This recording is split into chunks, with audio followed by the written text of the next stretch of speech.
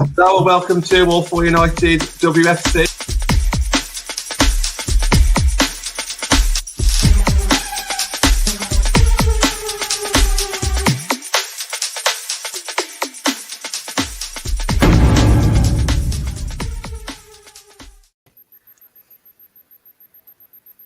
Good evening and welcome to All For United WFC with me, Matt Crane. Fun-packed show tonight. Emotions and highs and lows of being a football fan, which is quite relevant considering we've just got absolutely walloped at the weekend. Joined tonight, we've got two regulars and two making the debut, so lots of fun to be had. I'll start with you, Connor, because you're next to me on screen. How are you doing? Yeah, not bad. You see, I got my haircut especially for this show, you see. Went out just for this because I knew I was representing AFU WFC. So, yeah, looking forward to it. Good to have you on, and I love the commitment. And speaking of haircuts, Gareth, how are you doing? I was waiting for that. I knew that was coming. Yeah, good, thank you. Yeah, great, thanks. How are you? Yeah, all good. Can't complain. And Emma as well. Nice of you to be able to join us on a Tuesday also, making your debut. How are you? Yeah, good, thanks. Thought I'd postpone my birthday celebrations just for this, because obviously it's important. Brilliant. And happy birthday as well. I'm sure John will sing to you before you go. Please not. I already have. I've been singing to her for the Yeah, I've actually already got that message. It's deleted already. Reminded of her age. No, she doesn't look a day over 40. She's doing really well. Well, because I feel about 65. Ouch. Good job this is live. And on that note, John, I think we I think we better move it on to John with that before you dig yourself a bigger hole, pal. You said worse. So yeah, as I mentioned earlier, obviously highs and lows. Yeah, true. Highs and lows of being a football fan. We may as well start off then. I'll let you dive straight in, John. Being a football fan doesn't come easy to any of us, obviously. Highs, lows, different opinions, everything goes on. Talk to me a little bit then from your point of view, obviously reacting to wins and losses, because obviously everybody's the same, aren't they? All the wins, everyone's bouncing off the walls, and all the losses, everybody seems sort of down in the dumps. But from your point of view, how do you maybe react to both? Is the losses, you sort of analyse it, or do you get really down in the dumps, or do you kind of, talk to me about that? I think you've got to just find that balance, haven't you? With the balance of opinion, balance of emotion. Sometimes you've got to take a step back. Sometimes you've got to wait till the following morning to kind of think about things. When things are in the stadium, you look at things in maybe a different light to what you see or say a day or two later. I think in the stadium, when you really wanted that team to win and you see people make mistakes, you react. But then when you go home a day or two later, you start looking at the bigger picture and think, was it that bad? Sometimes it was, sometimes it wasn't. I think the way I tend to do things now is obviously you react on the spot, but then your opinions might change a little bit down the line.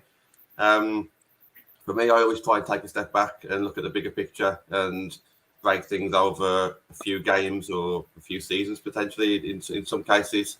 But it's very easy, especially when we do shows every night or we go to every game, for us to react on lots of little key moments.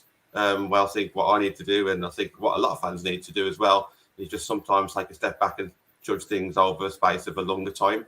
You get a better idea of an opinion or a fact based on an average, and you get the best average on more opinions or more time. So for me, I try and just bear things in mind over a few weeks as opposed to just maybe one instance.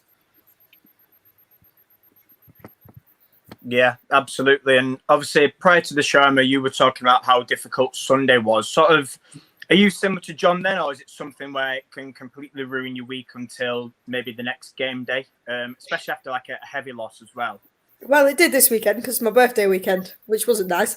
But generally, I usually get really angry at the match, which I did on Sunday. And for the first time ever, I left the game early. It was only after the 6th goal, so I didn't actually miss that much really. But I was just we've just ballsed it up. How can we be so rubbish? and get it so wrong. And then at first I was like, Mark started the roller coaster by doing the false nine and that whole situation. And then I was, obviously, we all know I'm not the greatest fan of our captain to start off with, but she did not have a good game. And I'm being very diplomatic. Now I've calmed down. But, so yeah, and so it was just all the mixture of things all in one. But like I say, the couple of days after, you've had time to digest things, have a look on social media. Obviously, I didn't even though I was sat there, I didn't even realise there was an offside goal. So obviously, you see that, you take that into consideration. That changes the scoreline.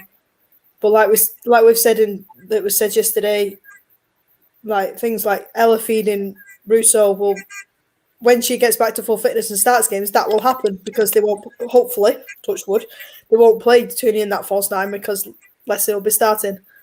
And there was just little bits of things that just accumulated that got me really annoyed. Just because it's one of those things. I'm not angry. I'm just disappointed because we could have showed up a lot better than we actually did. But it makes me feel a bit better that we've got Birmingham at the weekend. If it was like Arsenal or something next game, then that would be a whole different kettle of fish. But yeah, I've calmed down now. Just. Connor, I'll come to you then, because obviously this is, the first season for you sort of following the women's team at the ground and joining us all. How do you find it then? Because obviously, as a fan supporting the women's team, I find sort of completely different when I follow the men's team. But what are your thoughts on how do you find it? Obviously, reacting to sort of wins and losses and things. It's exactly the same for me. I've never seen it. I get as disappointed, and I agree with Anthony. It ruins my whole weekend, and I had double the pain at the weekend. Obviously, I went Saturday morning, watched the men lose at home to Villa, and then I had come back home 200 miles and go back up again Sunday morning to watch another loss. So, but it's exactly the same. I'm as joyful, whatever, after when we beat Reading, and same in Leicester as I was when I saw the men beat Newcastle, when I saw the under-23s win the other day. So it's all the kind of same for me. And I said, it's not going to stop. It doesn't change anything. I think, like I said, it ruins my whole weekend. But I'm going to be back at Old Trafford tomorrow. I'll be back there on Saturday. I'll be back following the women on Sunday. It's not going to change my support. I'll always keep going to every single game. But as you've already said, it's the highs and the lows, but it doesn't change my support. It just, at the time, it feels worse, especially, as for me in particular, early mornings, Saturday and Sunday, driving, the distance that we cover, for Anthony especially as well, the kind of distance you've got to cover to follow them. But I think we can all kind of say the same. It's not, the support doesn't change, but for sure, it definitely hurts over the weekend. But, 2 days later, feeling better. And like I said, hopefully the men can go and do the business tomorrow, and then both teams can go and win at the weekend as well. Yeah, absolutely. And obviously, Gareth, do you want to sort of talk to me as well? Because I know, obviously, you watch men's football also. And just give me your views then, and obviously emotions and sort of the highs and lows of football. Yeah, I think football and response to football is always an overreaction of one of two ways. You very rarely are going to get fans coming out of football grounds and giving kind of a level-headed response to whatever has just gone on for the previous 90 minutes. If we'd won that game, then it would have been the best team in the country and we were going to be winning the league. And that would be the response coming out of it. And that would have been like a stretch and an overreaction. And now we've lost that game. And yes, the manner of the defeat was difficult to take, but losing 1-0 from a deflection off the back of the goalkeeper's head, you get 0 points. Losing 6-1, you get 0 points. Goal difference, not convinced it's going to really come into it too much, but there's opportunities like this weekend to kind of rectify that. It's no points. It's disappointing, but it's one defeat in a game of in a season of 22 games. So I think regardless, that was going to happen, and that was always going to happen, Anthony. Regardless of what the score was on the pitch, I was going to be watching my boy start from pole. So yeah, it was just a disappointing day all round in that sense, particularly. So yeah, I think you look at this weekend as well. You look at the men's side of things. If Fernandez scores that penalty, is the reaction to that game the same Probably not.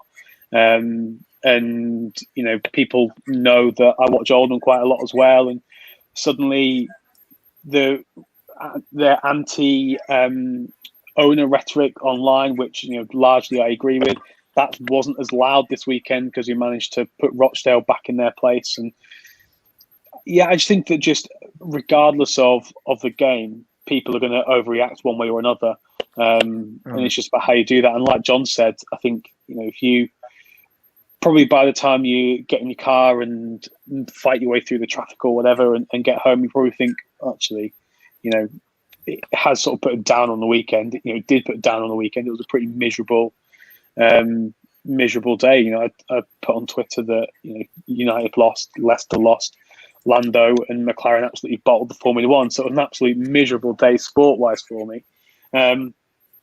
But still going back this weekend and just gonna go and Robert, I think it was doomed from the point at which you made me dribble it all over myself.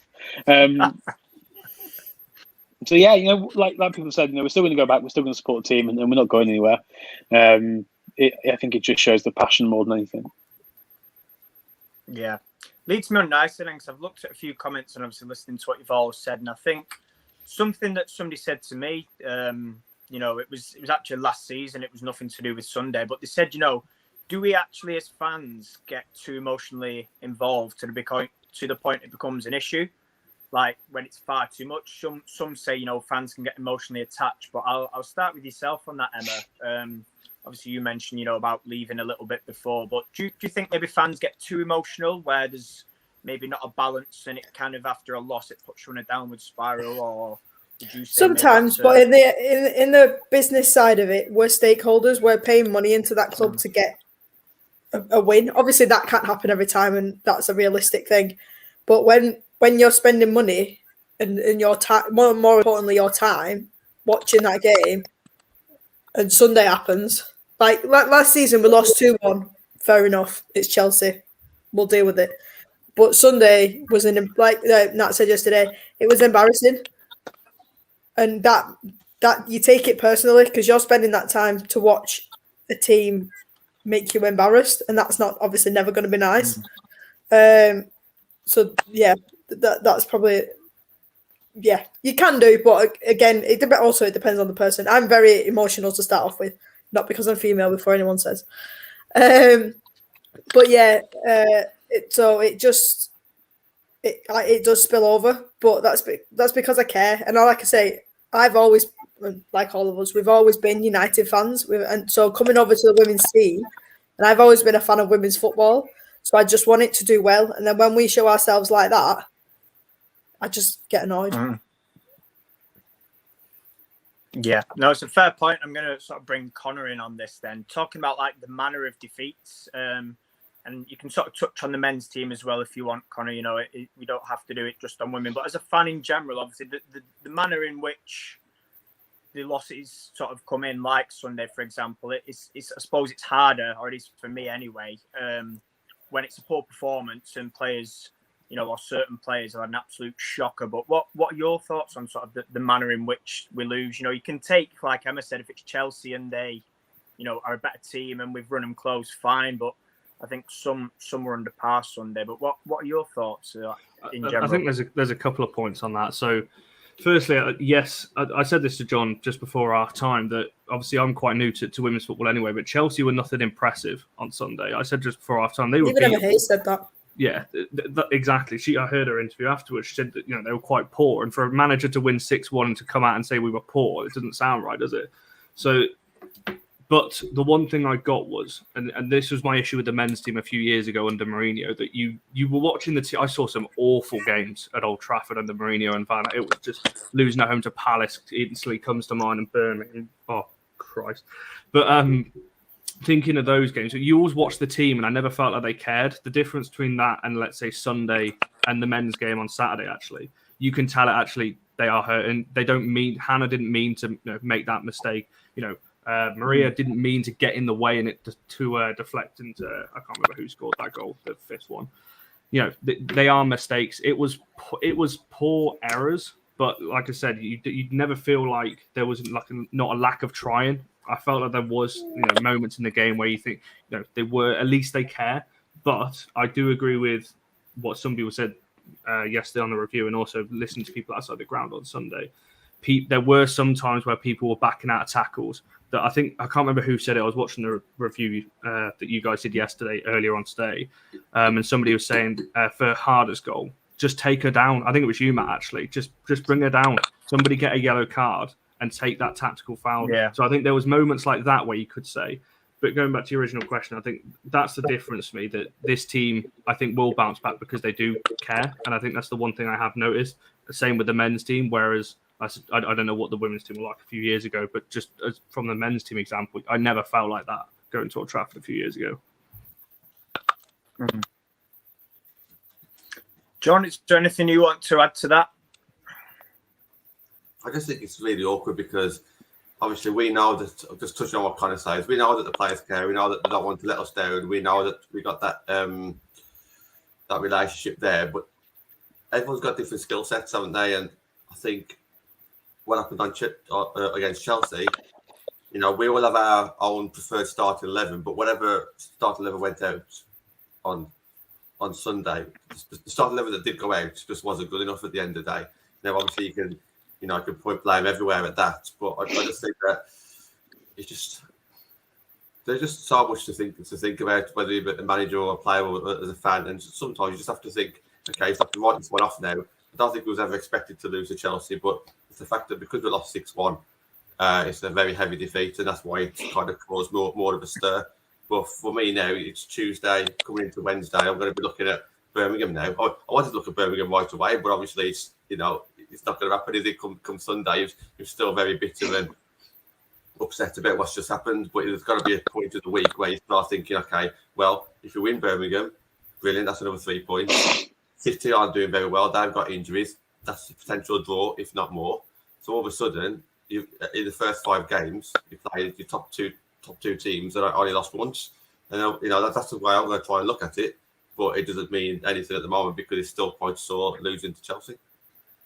The little thing I just want to say before we move on, it's just Mike Skinner has said in all of his interviews that he'll adapt to whoever he plays. So why is he doing a false 9 again? It clearly wasn't. It was clearly the same lineup that wasn't going to work against Chelsea. So why do it? Obviously, we had Martha Thomas injury last minute, so that might have changed things. But do we think Russo's fit? Because I agree with that. Why would he do that? And for me, the only thing I can think of is he didn't want to start Russo. Who else he would have done? So I don't think she's fit to play 90 minutes. So I genuinely don't know what other forward line we could have done, unless you sort of put Tooney out wide and Hansen through the middle. But either way, you're playing someone through the middle that isn't sort of naturally there at playing that game, or you just play no one through the middle. So I'm not entirely sure kind of what other options we had. What is Fusso's main position? I think she's wide. Oh, right. I mean, she hasn't played a huge amount, but yeah, I think she's a wide player. So either way, it was going to be some kind of wide player or central midfielder playing through the middle. So I think we were just low on options, and it was that kind of conversation we had at the start of the year about depth. But so I still think that squad was good enough to go out and win the game. I just think that when you concede a goal after 2 minutes, and I don't think it was necessarily, there's something wrong with playing out from the back. I don't buy that was the reason we lost the game. We lost the game because we made individual errors, like Connor said earlier. We made, a daft error after a couple of minutes, gave the ball away, conceded the goal, and after that, Chelsea just their wing backs, which normally play way further up the pitch, just sat really, really deep. It became a flat back 5. And they were just really, really difficult to break down, and you couldn't really find any space behind them or anything like that. And with that false 9, kind of a lot of it relies on the ball over the top, which there just wasn't that space for the Tooney to do. And they just nullified any game plan that we had and tore it up after 2 minutes. And then from there, it's difficult to bounce back. And more individual errors kind of cost us and added to that. So, I think the tactics and the lineup, probably not ideal, but the best in that situation. It was just lots of little contributing factors that meant that actually the game was just well beyond reach pretty quickly. But actually, going back to your original question, Matt, about do we get sort of overly invested in things? No, I don't think so. I think everybody there was kind of feeling similar emotions. It's just that there are people which display those emotions differently. And it's easy. I think it's easy to kind of look across everyone's kind of different emotions and kind of pick out individuals that are maybe kind of being more negative. But I don't think there was anybody there that was being more negative than anybody else. Everyone was really disappointed. And people just kind of displayed that and emphasised that differently. Just on that then, Matt, just before we move on, where's the cut-off then? So, we all say, Gareth just made a great point there. We all have our own way of expressing our frustrations or whatever. Where does it become like, where can you and can't, where do you have to stop? Because Twitter, at the end of the day, is your own personal account. YouTube's our own personal account. I'll happily say here I'm one of Skinner's fans and the biggest fans that I still am. Of course, I am. It's only one game. But if I wanted to tweet out, Skinner had a bad day or one of the players had a bad day, I'm still allowed to do that. The players are in a profession where they're in the spotlight. The same way if someone wants to criticise this channel, that's absolutely fine because we put ourselves out there to criticise us. That's absolutely fine. But where do you draw the line? For me, it's if you start going in on the same person too many times with this unjustified, where you start saying too many negatives when you could highlight positives as well. Obviously, there's abuse that's not even to do with football related or not even to do with that particular game. But just before we move on, does anyone want to kind of jump in on that one? Yeah, I think it's all about being constructive, though, because people, I can't remember, my memory's awful. I think it was Gareth that said it earlier about when you come out of a ground, you're going to be reactionary because the kind of adrenaline that you've got from the game, no one's going to be able to give a full thing of it. But when you reflect on it and look back, like I said earlier, these people are human. They don't mean to make the mistakes that they do. However, that doesn't mean and I think I said this to you earlier, John, these players, men, women, under 23s, under 18s, shouldn't be professional footballers if they can't take criticism, in my opinion, because ultimately we're paying to watch. It's an entertainment business, if you want to look at it like that. We're paying to be entertained, I guess, but also because we love the club and we want to see the club win. So when we're paying to watch things, we have a right, I think, to be to give constructive criticism on what we've seen. It's when it goes too far and you see people just going in on players for the sake of their own agenda with no actual points to back it up. I think as long as people have got reasons for what they're saying and they truly believe it, and I don't see the issue with it. I think some people on social media just take it too far and go after certain players or managers because of their own agendas on it.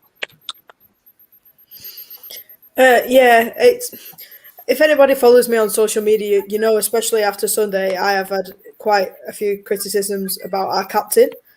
But if anybody has got anything, I will say why. I'm not just saying it because I've got actual reasons why I think I might not be right, but they're my opinions on why I think my opinion is right. If I'm not, and you've got your own thing, that's fair enough. But obviously, everybody knows that I don't think Katie Zellam should be our captain. I'm not saying she shouldn't be in the squad. I'm just saying she shouldn't be our captain because it seems like that's what's giving her a starting place in the team. And that's not necessarily her fault. Mark should have the authority to say, look, you're not performing, put somebody else in. And that's not happening. But something needs to change because even when you're so many goals down, you need somebody to literally drag you across the pitch and do something sometimes. That shouldn't get to that stage, but it did on Sunday. And it just didn't happen. All I heard was the usual, come on, girls. And it's just, that irritates me even more. So, yeah, that's my only thing. But like I say, will only put a strong opinion out if I can back it up. Otherwise, it's just ignore me. But, yeah. John, do you want to take that comment there that's on screen now? Too much negative comments from fans does affect players' confidence. So we was kind of talking a little bit about this yesterday as well. I thoroughly agree with that. I think as the game grows, the players and everybody else has to kind of get used to criticism because, yes, you'll have a lot more fans cheering for you, but as a ratio, you'll also have a few more fans not particularly agree with the way you're playing, and I do agree. It will affect the confidence. Actually, we've spoken in the past. I think Gareth's been on the show as well regarding psychologists at the club and how you deal with things on social media and everything to do with their own emotions, which is, I think, is a great thing. And a lot of these players have come from like part-time to being challengers for Champions League spots in the space of a couple of 3 years, which is a massive jump. But yeah, I mean, the players, if they can't deal with it, then they just have to, unfortunately, they just have to either block people or come off social media. It's not right. They should have to do that. But social media is not going to change until, if anyone wants to check out my Twitter, I've actually got a petition on my thingy right now that I've just retweeted about signing up. When you sign up to a social media account, you have to verify yourself and say exactly who you are. Until something like that happens, then you're always going to get people on Twitter saying things that they shouldn't really be saying. So, actually, just interestingly, just on that point you just made there, John, after the World Cup and the racism after, not the World Cup, the Euros, after the Euros and the racism after the final, Twitter actually did quite an in-depth investigation, kind of looking at lots and lots of different factors. And one of the things they found actually was that the majority of the abuse came from accounts where you could track it back to the person anyway. So they didn't necessarily think that by having that ID that people would it would kind of prevent any of the racism that occurred, because actually most of the accounts had email addresses attached to, and you could actually trace it back to an actual person. So I think just kind of following on from what Connor mentioned earlier about the sort of point at which it becomes acceptable and unacceptable, I think it's fine to voice your opinion, but I think so many people now will kind of reply to a tweet and whatever. Let's just say it's an interview and one of the players is speaking, so they're obviously tagged in the tweet, club are tagged in the tweet, and people just reply, and those replies can go straight to that player's sort of mentions.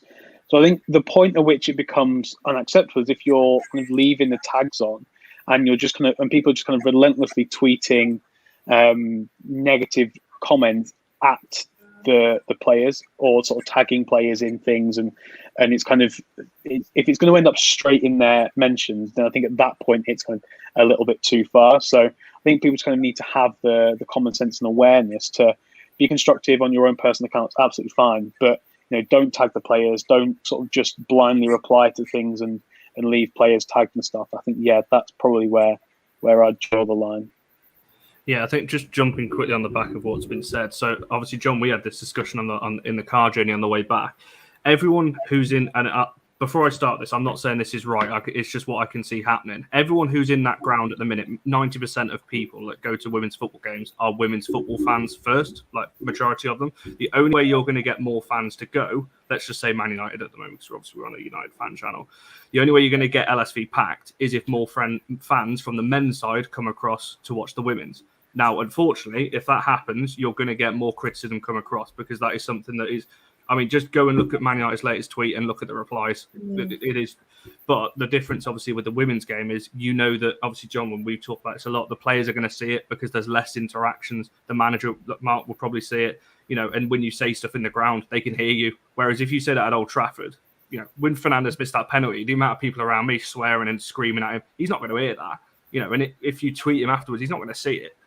So it's that kind of thing. But I do worry that will come across, because there will become a point where women's football is big and, LSV will be packed out. I'm not saying, I don't know when that's going to be, but then that level of criticism goes up as well. Yes, the atmosphere will be better. The money will probably go up and everything else, but that criticism is going to come across as well. I'm not saying that's a good thing. I don't think it is, but I think players have got to be not prepared for that.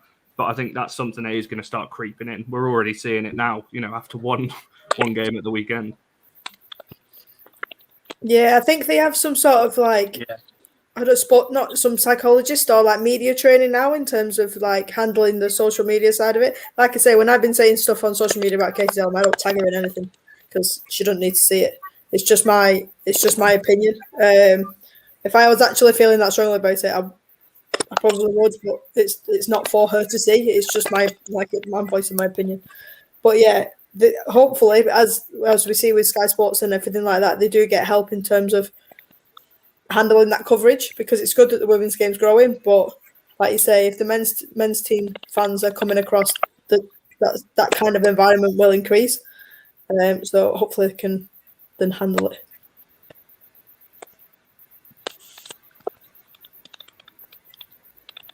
Yeah, Sorry, everyone. That's I a think bit of a it's delay. interesting. 'Cause I'm just looking now over sort of notes. Oh, no, sorry. I was just saying, just looking now on sort of the next part of the show, and obviously I'll start with you on this, Emma. Obviously, heat at the moment, things get said, especially after a loss. And obviously there was, criticism on Sunday of players and the setup and everything like that. Do you think then fans maybe sometimes go too far with the negatives, even after a draw in general, might not even be Man United, it could be England, for example, and Lionesses. But do you think there's a big focus on negative more than positive these days from fans? I think it's just being Man United in general, because obviously we've seen over the last few years, obviously with the men's side since Sir Alex has left, we've been through that transitional phase where we haven't been as good. So we've been bred as a fan to expect to win. So when that doesn't happen, whether you're women's team or men's team, it's disappointing. And you just want the best for the team. It doesn't matter who's managing. It doesn't matter the players on the pitch. That badge needs to win every game. And when that doesn't happen, you start saying, well, is it because of this? Is it because of this? Is it because of this? Because whatever's happened before didn't happen this time. So why? So then you do a post-mortem when you're there, when you're still full of adrenaline and still obviously high off the game. And maybe things come out that you don't believe in, or you're just saying in the heat of the moment. But then that's what social media is for. You can just, even if you do say something, you can either delete the tweet or apologise for that tweet, or say why you thought that tweet was relevant, whether that's right or not. But yeah, I think we do. But I actually think it's a good thing in a weird way, because it shows you care. Yeah, obviously directing blame there should be a time limit within 24 hours of a game. If anybody is blamed, they're not actually at fault until later on. There's some thinking period. We're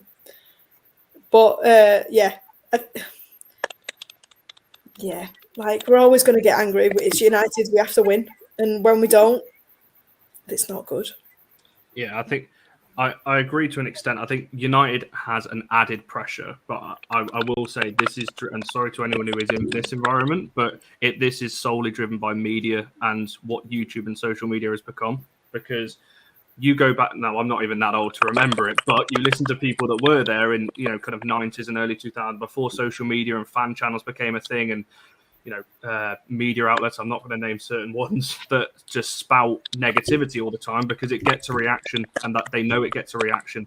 Negativity nowadays is more influential than positivity because of the reaction it gets online. And like I said, there's certain media companies involved in sport that just put out a headline that's negative toward, and like I said, Man United get an added, everyone knows if you say something about Man United, it's going to get more clicks, exactly.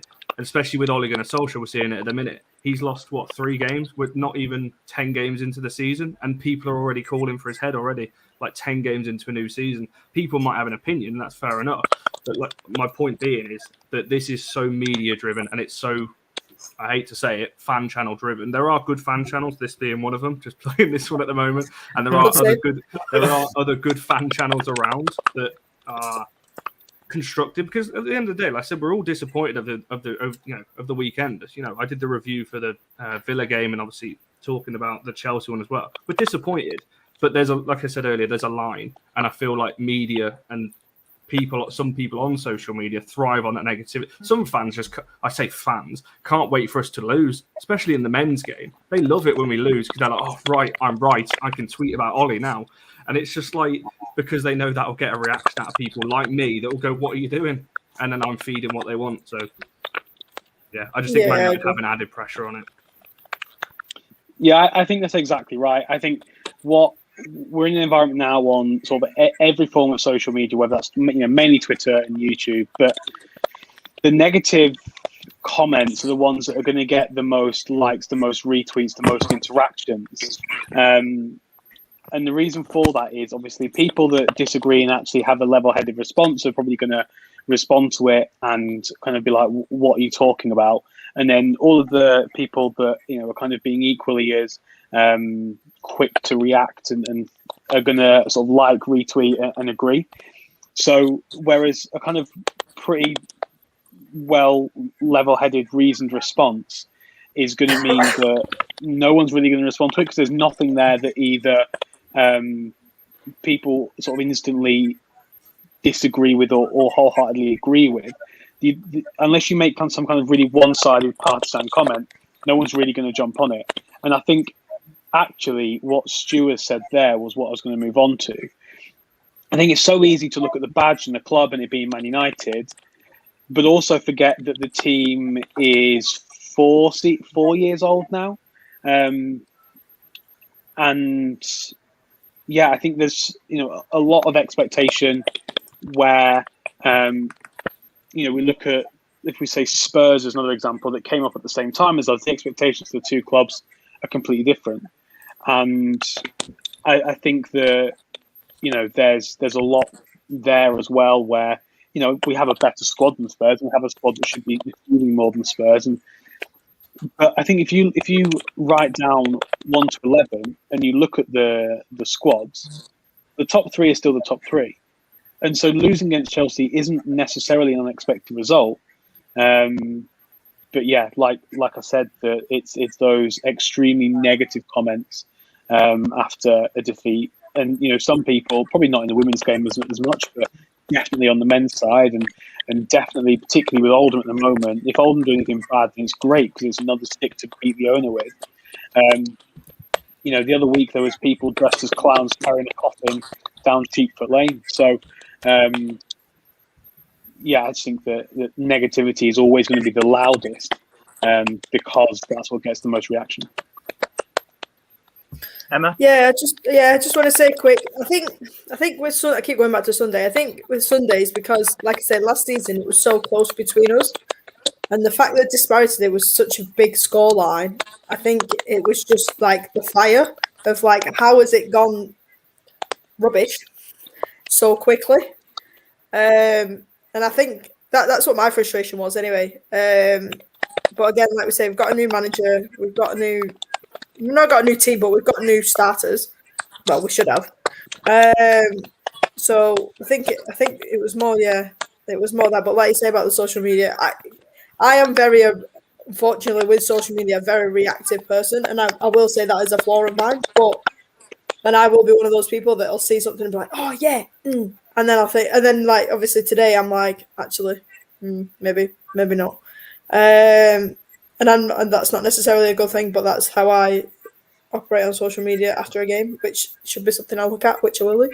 But I think it's just because it's all there, and like you say, especially if it's straight after a game, and your adrenaline's going, and it's just like I need to validate how I'm feeling, and then if somebody else is saying it, yes, whether it's right or wrong, and most of the case of the time it's wrong. Which is something that obviously needs to be sorted in social media generally, not just in sport, to be honest. We'll wait for Matt and his typewriter to come back. No. I was going to say who's that? And that's why I didn't think it was me.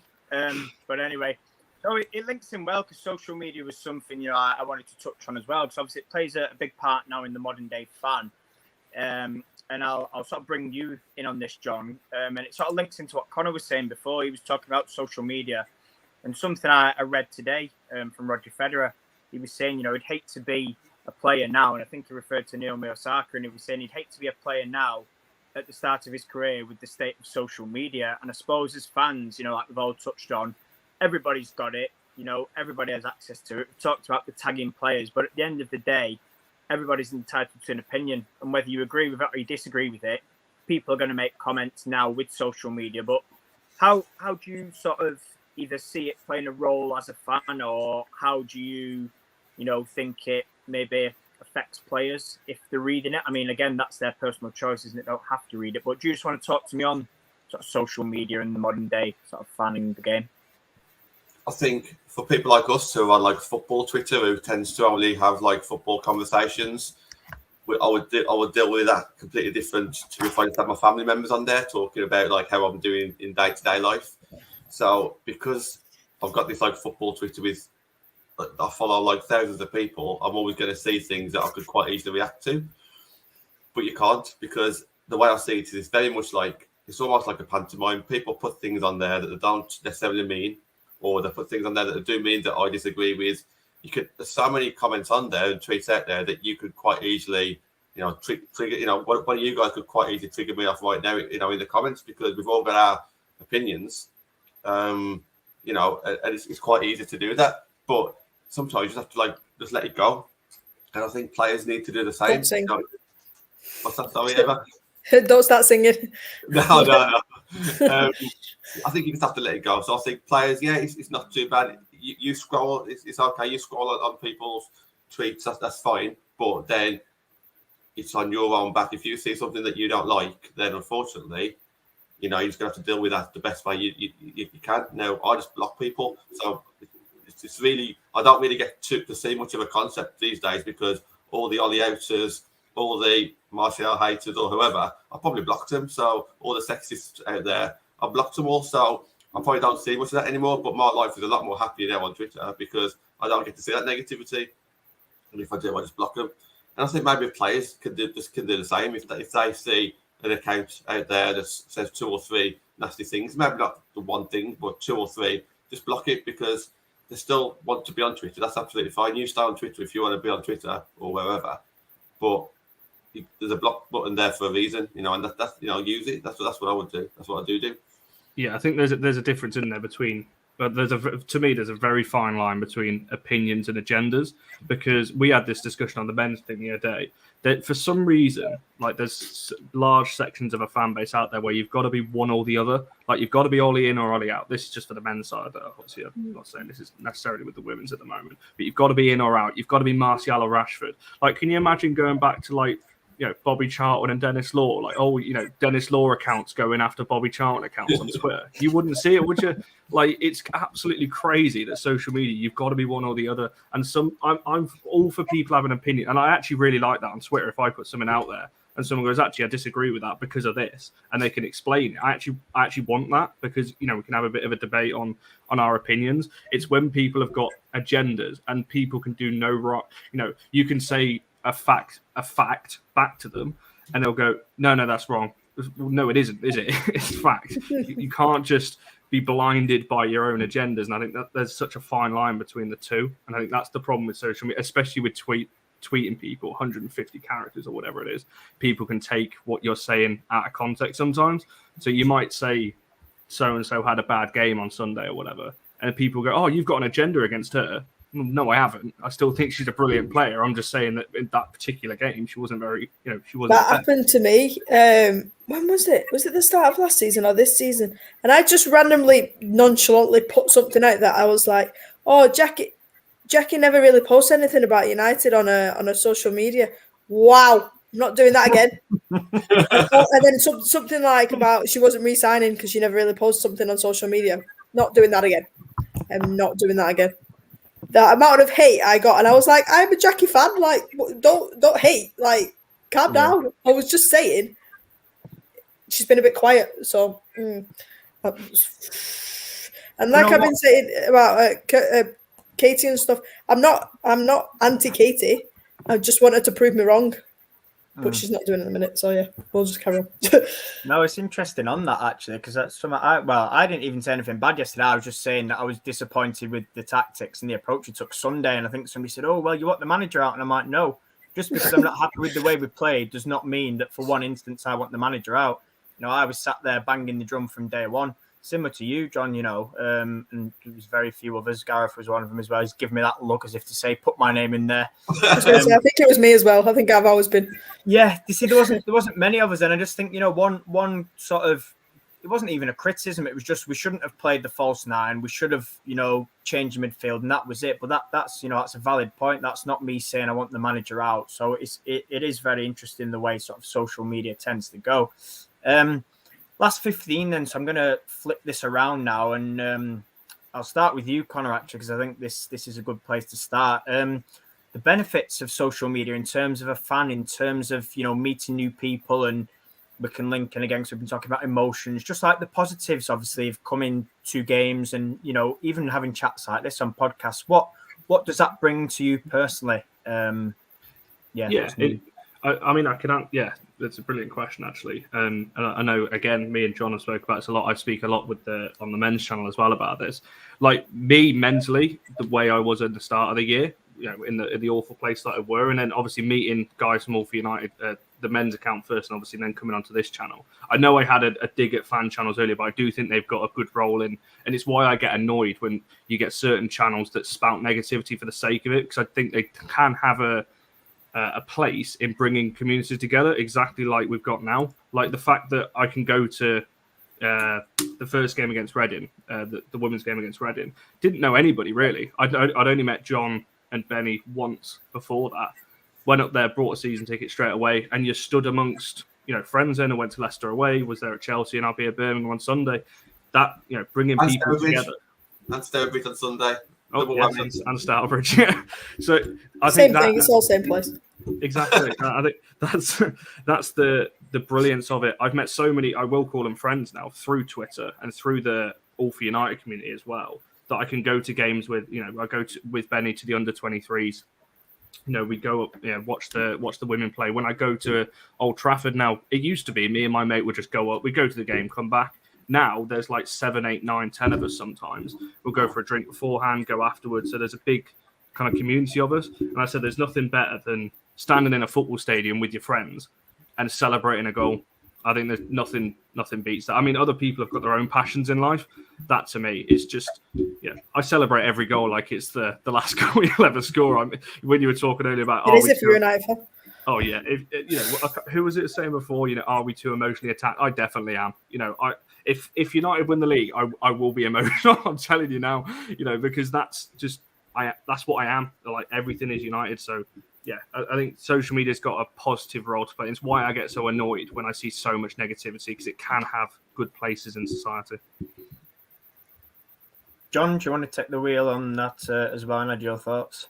Yeah, just on social media, I think it's fantastic, because I was thinking what we've been through in the world for the last in the last year and a half, but I've had Twitter for 2.5 years. To say that I've never been to a women's football match before I joined Twitter, and I joined Twitter purely to learn about women's football, and now day in, day out, I'm talking to you guys, whether it be on WhatsApp or on a podcast or on Twitter. My life is so much happier now, and because that happiness is so strong, the odd negative comments kind of laugh it off now, and I think that's the position you need to be in. I think if you're very happy within yourself, then the negative comments don't really bother you. Whereas if you're like a little bit down yourself, or a little bit insecure or unhappy about something, then as soon as you see something that you get triggered a lot easier. So for me, I'll pass it on to somebody else, but for me, social media is absolutely fantastic, and it's got me through the last year and a half very, very comfortably. Yeah, I just want to say, unfortunately, I've met John through this, but there's other upsides. I've actually spent more time with my family, so because for my job, I end up traveling like all over the world. I'm never usually in the UK for so long, so obviously with COVID, obviously I've been here. So now me and my parents go to the match every week. My mum was worse than me on Sunday. I thought she was on the pitch at one point. She was screaming at the ref. I was like, well, I'll leave you to it. It's fine. But yeah, so I actually spend more time with my family now watching the women's team, because my mum would never go to a men's game. Just no. I know she's quite rowdy, but she's not that rowdy. So it's good that I can spend time with them, and they love United as well. So it's like a shared passion, because obviously family-wise, people have different things and they do different things, and especially as I'm now an older child, it's not like something you don't spend time with your parents as much doing doing things. So yeah, doing that, and obviously I've met new people out of here. Like, even when I was saying about somebody on Twitter that John gave a lift to the match, you're connecting people. Like I've met people like online that I talk to every day, that support the women's team and try and get to the games when they can. So yeah, it's all right. This football malarkey.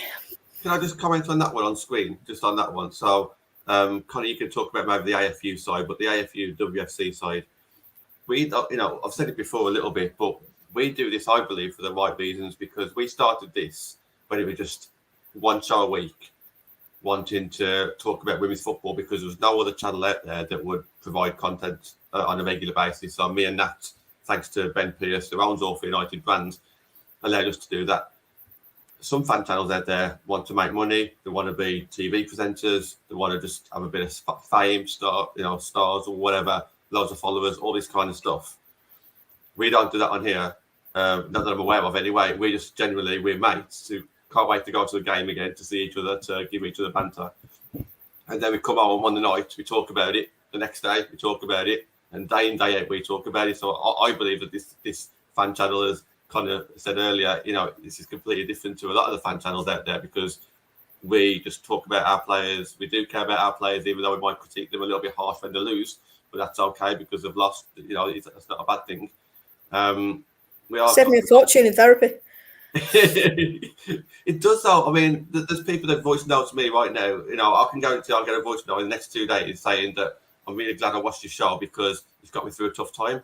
Whether that be COVID, something in the personal life, or just emotionally attached. That's what the subject of the show is. So for me, I think what we do on this show is it's helping people, but we do it for the right reasons as well. Yeah, I'd echo that, John, just from an All for United stance in general. That's exactly what it is. I literally joined last October because I needed a place to rant about United because we were on that terrible run at the time. But then we've also had high points, when the men's side went top of the league in January. That show was brilliant. When the Super League idea ended, I still think that's coming back, but that's another show. When that whole idea collapsed, what a brilliant show that was, how elated we were. But like I said, bringing the community together is more important to me. Yes, it's great. We can have chats about football and things like that. But meeting new people like Mark tomorrow, I've met Mark for the first time in May, and now we're going to games together, going to watch Champions League tomorrow night. It's just getting those connections. I've always said in life, get as many connections as you can with different people because you never know when you're going to need that person. Yeah, just to jump in, I think the thing with fan channels is there's two types, and the first one is there's fan channels like this one, like the men's channel, where the aim and the MO is to have sort of sensible discussion about whatever it is that you're seeing.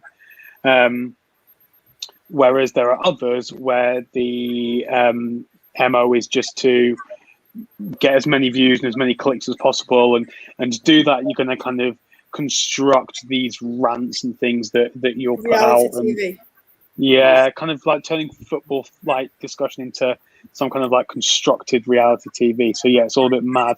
And there's a difference between the two. And there's obviously some of them. If Arsenal lose, there's going to be interesting videos and content come out from it. But does anyone tune in if they win to sort of see how they get on?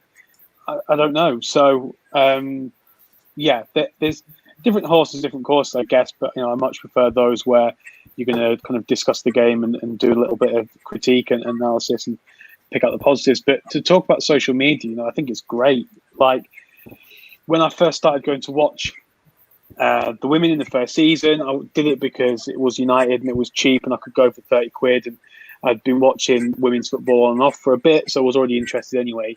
But would go on my own, and then the full-time whistle just leave, and now it's an entire day. And over the next sort of week, starting tomorrow, me and Matt are going to 4 games between now and by the time we go to bed on Sunday. So Dora the Explorer? Yeah, basically, and Matt's boots.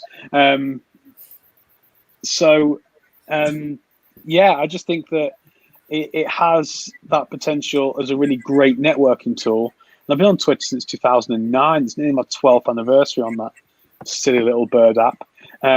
Same. And it's just, yeah, I think now using it for talking about football and talking to other people, it's great. But we all know how bad Twitter can be.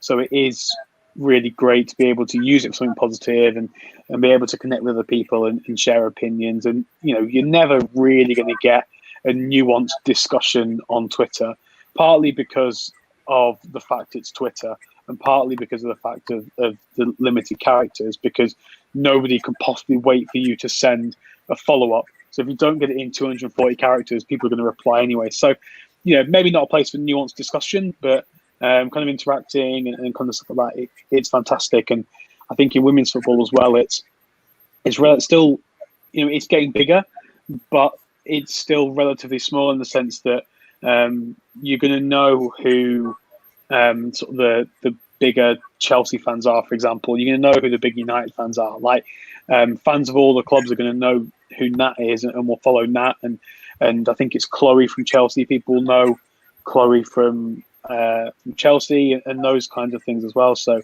yeah, I just think it can be really, really great. When it's good, it's great. But when it's poor, it's pretty toxic. Yeah, no, he spoke pretty well on that. And I was just going to sort of add to that and say, obviously you've all spoken about that well. But I think for me as well, meeting new people has come with, like you said, John, it's been difficult over the past sort of 12, 18 months.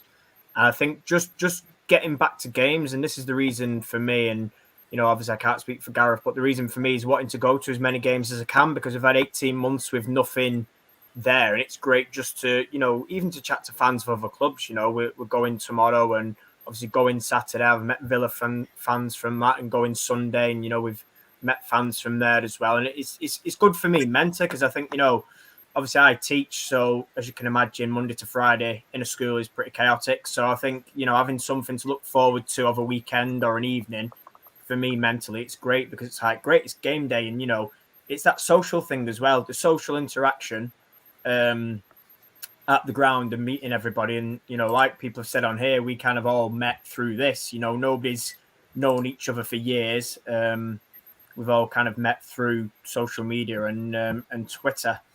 But yeah, I'm gonna. Oh, here he is. He can't let it fly, can he?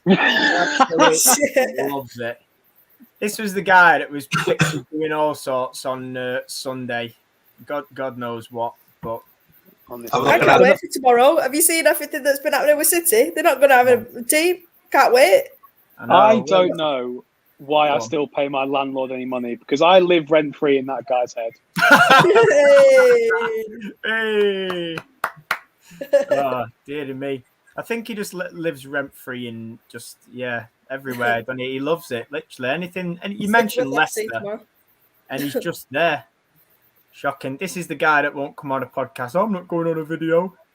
But anyway, just before we wrap it, then, John, I'll come to you on this. Obviously, we talk about, and we have talked about sort of podcasts and fan channels, but I'm going to let you sort of big us up here, because obviously, we've talked about mental side of fans, emotional sides, but we don't talk too much about sort of what we sort of offer here. So this is a chance. I'm going to let you kind of blow a bit of smoke up our own backsides here, because obviously you talk a lot about it being for everybody and sort of sharing opinions. But if there's anybody watching tonight that maybe hasn't seen our content, I'm going to let you take the stage, and then we'll briefly finish off for the rest of the week. But just final bit, whilst we're talking emotions and we're getting a bit emotional, this is your moment. Full screen him. Go on. Put him so low. Just let me find subtitles, John, so I can add No, I'm kidding. Go on. Are you? I just think for this one, don't help me like that. Go on, John. Emma, you should listen to Matt's impersonation of me. I'll let you guys sort that out after the live show. It sounds just like Skinner. The good thing, what I believe about what we've been doing, and even more so since we got a little bit more bigger, when we got more people coming to watch us, more people doing the actual podcast. Like there's 5 on screen now. We started off with just maybe 2 people on screen. This relationship right here doesn't end after when we click end broadcast up that top right hand corner. We'll carry on talking. We'll do the same thing next day, Then all of a sudden, a new person comes involved. They get involved. For example, Connor, perfect example, got involved a few weeks ago. And then Connor, you got someone else involved. They came. And then that person has now bought a Chelsea fan. You know, it's still good though. It's still good. And it just grows like that. And literally in the space of a month, that chain has just gone. And that's just Connor. Obviously, Emma introduced me to someone who I've never met before. When me and Connor gave a lift to the stadium, it goes all the way around. And the good thing now is because the matches are playing again, there's more comments on Twitter, there's more interaction on Twitter, more interaction on here, and it's just snowballing, and it's just getting bigger and bigger, and everyone wants to jump on it because the Steelers having a good time. Obviously, we've been down this week, but that'll change. We'll be up again next week, and I'm sure we'll be up again for most of the season at least. Yeah, fingers crossed. And this is the thing; it's all about happiness and enjoyment. So we all have that mutual thing in common. You know, we all love Man United and Man United women's team specifically. But it's not just the game, is it? It's about us helping each other. And I mentioned earlier, you know, I'm going to get a voice note tonight from someone who really wants that interaction, and that's absolutely fine because that person's a United supporter who watches the show, and you know that's great. We just all help each other, and it's fun, and we make it fun because we're all very welcoming people on this channel. And you know, when you see us in the stadium, come over, say hello, stand next to us, sit next to us, or whatever you want to do. Don't wave at us because some of us ignore us, John. Well, you sit down. I looked up because I'm on like the second row. I looked up at you all and I could just see John like this. So I was like this. Yeah, but it weren't me. You were waving at. I don't know. There was no one behind me though, so I don't know who was waving at. But okay. Yeah, I am genuinely wondering who I was waving at because I can't remember waving to anyone. But yeah, not thanks for that, Emma. But yeah, Matt, I'll leave it back over to you to talk about what's left for the rest of the week. Well, I was just going to say, John, you told me different. You told me people was waving to you in the South Stand. You had fans in the South Stand that said, oh, he's that guy from United. That's what I heard anyway. That or he was either playing Where's Wally with Stu and trying to find him while he was on his own. It was sort of a bit of communication away from each other. Who knows? But yeah, no, back on topic, obviously. We're, well, Natalie's back tomorrow, isn't she, John? For those of you that missed it, myself and Gareth were on at dinner time. Wrapping up the WSL, the Championship, and the National League, so go check that out. Thursday, John, you're back with Natalie. Friday, Anthony's odds at midday and Fans Forum. Saturday, myself and Benny, bit of match content as well. And Sunday, loads of match content because we're here, there, and everywhere. Big thank you as well to Emma and Connor for joining us and making your debut. And we will definitely look to get you both back on, despite what John was trying to say in the private chat. I have no idea what happened. I lost half of that halfway through. But yeah, cheers to everybody for tuning in and tune in tomorrow for Natalie. Thank you.